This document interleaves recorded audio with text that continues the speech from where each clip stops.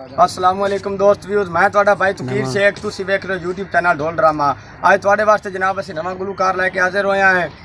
मोहम्मद अली जनाब 499 जनाब रज्जे की जोक और जनाब ढोल तो संगत करेंगे सदी अहमद शेख तो साबिर शेख जनाब। अगर चाची मोहम्मद अली की गाई हुई पंजाबी तुहानू पसंद आवे साढ़े YouTube चैनल ढोल ड्रामा लाइक और सब्सक्राइब जरूर करना, मेहरबानी शुक्रिया जी।